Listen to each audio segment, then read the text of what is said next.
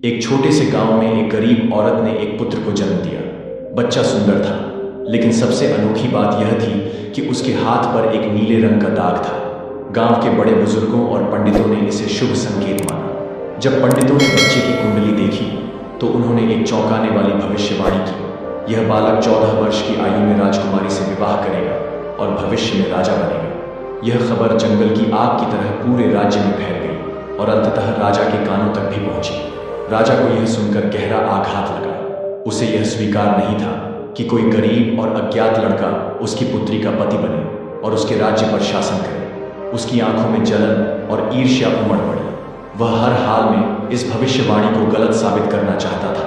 राजा ने तुरंत सैनिकों को भेजा और नवजात शिशु को उसकी मां से छीन लिया, लेकिन वह सीधे बच्चे को मारने का आदेश नहीं दे सकता था, क्योंकि यह उसकी प्रतिष्ठा के खिलाफ था।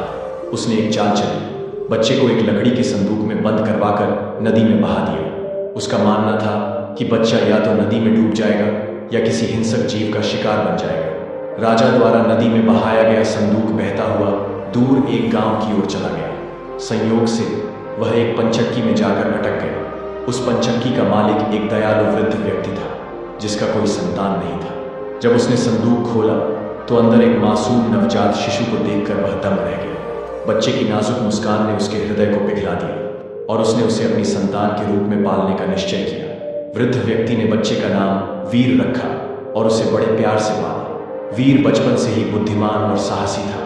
वह न केवल शारीरिक रूप से बलवान था, बल्कि उसे शास्त्रों और रणनीतियों का भी अच्छा ज्ञान था। समय के साथ वह एक सुंदर, विनम्र और चतुर युवक बन गया। गांव में सभी उसे पसंद करते थे, लेकिन वीर को हमेशा यह जिज्ञासा बनी रहती थी कि वह वास्तव में कौन है और उसके माता पिता कौन थे। वृद्ध व्यक्ति ने उसे बताया कि वह उसे नदी में बहते हुए मिला था, लेकिन उसके असली माता पिता के बारे में कोई जानकारी नहीं थी। वीर की बुद्धिमत्ता और वीरता की चर्चा दूर दूर तक फैल गई। एक दिन राजा ने उसे देखा और उसके हाथ पर नीले रंग का दाग देखकर तुरंत पहचान लिया कि यह वही बच्चा है जिसे उसने मरवाने का आदेश दिया था। यह जानकर राजा का हृदय ईर्ष्या और क्रोध से भर गया। उसने सोचा कि यदि यह युवक जीवित रहा तो भविष्यवाणी सच हो जाएगी और वह उसकी बेटी से विवाह करके राजा बन जाएगा। राजा ने चालाकी से वीर को अपने पास बुलाया और कहा, तुम बहुत प्रतिभाशाली और साहसी हो। मुझे तुम पर विश्वास है, इसलिए मैं तुम्हें एक विशेष संदेश लेकर रानी के पास भेज रहा हूँ। राजा ने पत्र में लिखा, इस पत्र को पढ़ते ही इसे लाने वाले युवक को तुरंत मृत्युदंड दे दिया जाए। वीर को इस षड्यंत्र की भनक तक नहीं लगी। वह प्रसन्नतापूर्वक राजा के आदेश का पालन करने के लिए निकल पड़ा। यात्रा के दौरान वीर को रात हो गई और वह विश्राम करने के लिए जंगल में एक घर में ठहर गया। यह घर डाकुओं का था, लेकिन वीर को इस बात की जानकारी नहीं थी। डाकू पहले तो उसे लूटने का विचार कर रहे थे, लेकिन जब उन्होंने देखा कि वह सीधा साधा और परोपकारी युवक है तो उनका हृदय पिघल गया। रात में जब वीर सो रहा था तब डाकुओं ने जिज्ञासावश उसके पास रखा पत्र खोलकर पढ़ा। राजा की क्रूर योजना जानकर वे अत्यंत क्रोधित हुए। उनमें से एक चतुर डाकू ने योजना बनाई और पत्र को बदल दिया। अब उसमें लिखा था, इस युवक का स्वागत किया जाए और तुरंत राजकुमारी के साथ उसका विवाह कर दिया जाए। अगले दिन वीर राजमहल पहुंचा और पत्र रानी को सौंप दिया। रानी ने जैसे ही पत्र पढ़ा वह प्रसन्न हो गई। उसे लगा कि राजा ने खुद इस युवक को अपने दामाद के रूप में स्वीकार कर लिया है। तुरंत राजमहल में विवाह की तैयारियां शुरू कर दी गई। जल्द ही राजकुमारी का विवाह वीर से हो गया। जब राजा महल लौटकर आया और उसने देखा कि उसकी बेटी का विवाह उसी युवक से हो चुका है जिसे वह मारना चाहता था, तो उसका गुस्सा 7वें आसमान पर पहुंच गया। वह सोचने लगा कि सीधे तौर पर उसे मारना अब संभव नहीं। वह अब राजकुमारी का पति था। राजा ने सोचा कि इसे असंभव कार्य पर भेजकर मरवा दिया जाए। राजा ने युवक को दरबार में बुलाया और कहा, यदि तुम सच में मेरे योग्य दामाद बनना चाहते हो तो तुम्हें मेरी एक परीक्षा देनी होगी। युवक ने निडर होकर कहा, मुझे बताइए, मुझे क्या करना होगा? राजा ने मुस्कुराते हुए कहा, तुम्हें शैतान के सिर से 3 सोने के बाल लाने होंगे। यदि तुम यह कार्य सफलतापूर्वक कर पाते हो तो मैं तुम्हें अपना उत्तराधिकारी मान लूंगा, लेकिन यदि तुम असफल हुए तो तुम्हें मौत मिलेगी। यह सुनकर दरबार में सन्नाटा छा गया। सभी जानते थे कि यह कार्य असंभव था, क्योंकि शैतान के महल तक कोई भी व्यक्ति जीवित नहीं पहुंचता। लेकिन युवक को खुद पर पूरा विश्वास था। उसने राजा की शर्त स्वीकार कर ली और यात्रा के लिए निकल पड़ा। राजकुमारी को इस परीक्षा की चिंता हो रही थी। लेकिन युवक ने उसे दिलासा दिया और कहा, चिंता मत करो, मैं जल्द ही लौट कर आऊंगा। युवक ने राजा की कठिन शर्त स्वीकार कर ली थी और शैतान के 3 सोने के बाल लाने की यात्रा पर निकल पड़ा। रास्ता लंबा और खतरों से भरा था, लेकिन वह निडर होकर आगे बढ़ता गया। युवक चलते चलते एक गांव में पहुंचा जहां लोग प्यासे थे, क्योंकि गांव का एकमात्र कुआं सूख चुका था। परेशान ग्रामीणों ने युवक से कहा, यदि तुम शैतान के पास जा रहे हो तो कृपया उससे पूछना कि हमारा कुआं सूख क्यों गया है। युवक ने उनकी परेशानी सुनी और वादा किया कि वह शैतान से इसका उत्तर लेकर लौटेगा। आगे बढ़ते हुए युवक एक भव्य महल के पास पहुंचा। महल के बाहर एक विशाल पेड़ था जो पहले सोने के सेब देता था, लेकिन अब पूरी तरह सूख चुका था। राजा ने युवक को बुलाकर कहा, यदि तुम शैतान से मिल रहे हो तो उससे पूछना कि मेरा पेड़ क्यों सूख गया है और इसे फिर से हरा भरा कैसे किया जा सकता है। युवक ने राजा को आश्वासन दिया कि वह इस रहस्य का उत्तर भी जरूर लेकर आएगा। आगे चलते हुए युवक एक नदी के किनारे पहुंचा जहां एक बूढ़ा नाविक था।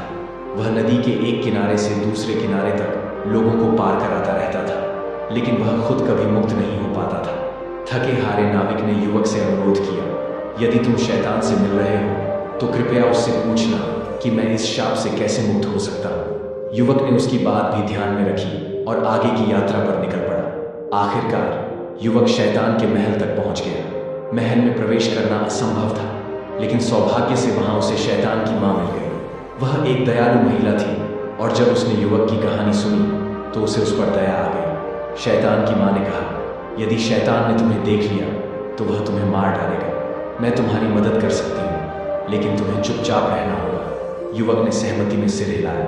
तब शैतान की मां ने उसे एक पोटली में छिपा दिया। रात होते ही जब शैतान गहरी नींद में चला गया तो उसकी मां ने उसका सिर अपनी गोद में रखा और धीरे धीरे उसके बाल सहलाने लगी। फिर उसने उसके सिर से एक सोने का बाल निकाल लिया। शैतान करवट बदलकर जागा और गुस्से से बोला, मेरे बाल क्यों खींचे? उसकी मां ने मुस्कुरा कर कहा, बस ऐसे ही, लेकिन मुझे एक सवाल का जवाब चाहिए। एक गांव का कुआं सूख गया है, उसका पानी कैसे लौट सकता है? शैतान ने ऊँघते हुए जवाब दिया, कुएं में एक मेंढक बैठा है, जब तक उसे निकाला नहीं जाएगा पानी वापस नहीं आएगा। शैतान फिर सो गया। उसकी मां ने दूसरा सोने का बाल खींच लिया। शैतान गुस्से में उठ बैठा। अब क्या हुआ? उसकी मां ने कहा, बस एक और सवाल। एक राजा का पेड़ जो सोने के सेब देता था, वह क्यों सूख गया? शैतान ने जवाब दिया, पेड़ की जड़ों में एक चूहा छिपा है, जब तक उसे हटाया नहीं जाएगा पेड़ फिर से हरा नहीं होगा। फिर शैतान वापस सो गया। उसकी मां ने तीसरा सोने का बाल खींच लिया। शैतान फिर से उठा और चिल्लाया, अब क्यों खींचा? उसकी मां ने कहा, मुझे एक आखिरी सवाल का जवाब चाहिए। एक नाविक जो हमेशा नाव चलाता रहता है, वह इस शाप से कैसे मुक्त हो सकता है? शैतान हंसकर बोला, बड़ा आसान है। अगली बार जब कोई यात्री उसकी नाव में बैठे तो उसे चप्पू पकड़ा दे और खुद किनारे कूद जाए। फिर यात्री इस श्राप का शिकार हो जाएगा और नाविक आजाद हो जाएगा। इतना कहकर शैतान फिर से सो गया। उसकी मां ने युवक को पोटली से बाहर निकाला और उसे तीनों सोने के बाल और सभी सवालों के जवाब दे दिए। युवक ने शैतान की मां का आभार व्यक्त किया और तुरंत राजा के महल की ओर वापस लौट पड़ा। युवक शैतान के महल से सफलतापूर्वक लौट रहा था। रास्ते में वह पहले उस नाविक के पास पहुंचा जिसने अपनी मुक्ति का उपाय पूछा था। युवक ने उसे शैतान का उत्तर बताया, जब अगला यात्री नाव में बैठे तो उसे चप्पू पकड़ा दो और खुद किनारे कूद जाओ, तब तुम आजाद हो जाओगे। नाविक बहुत खुश हुआ और इनाम स्वरूप युवक को एक बड़ी थैली भरकर सोने के सिक्के दे दिए। इसके बाद युवक उस राजा के महल पहुंचा जिसके सोने के सेब वाला पेड़ सूख गया था।